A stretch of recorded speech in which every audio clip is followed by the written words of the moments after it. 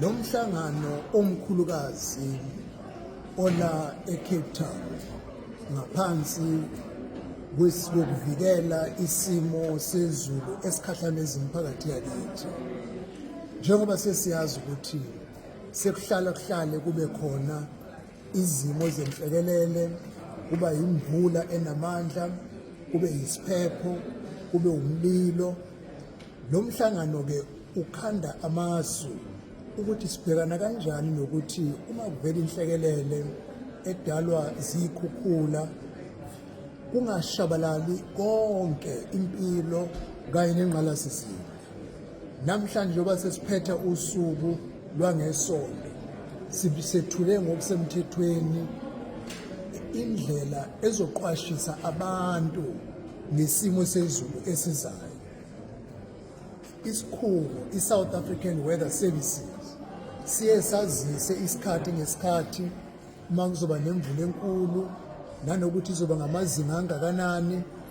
Asifuni-ke ukuthi siphinde ngokwasenza ngenkathi besibikela nge-snow iqhwa. Saba nokujabula ukuthi sobona iqhwa sayithola sesibambeke eqhweni emgwaqeni. Esiphawula kakhulu kulo mhlangano wanamhlanje ukuthi uma kunesaziso esikhishwa yiSouth African Weather Services, kumele ukuthi sibheke kakhulu ukuthi lesi saziso sizoba nomthelela ongakanani ukuze indlela esiresponda ngayo ibe nezosenza sikwazi ukugwema ukuba sehlelwe inhlekelele. Ukuze sikwazi-ke ukulekelela ezimweni zenhlekelele, njengoba sihlangene namazwe omhlaba la, sigqugquzela ukuba sibheke izindlela zemali engakwazi ukusiza uma kuvela inhlekelele maduzane. Kungathathi iminyaka abantu behlale emahholo noma bengabuyele empilweni ababeyiphila ngaphambilini.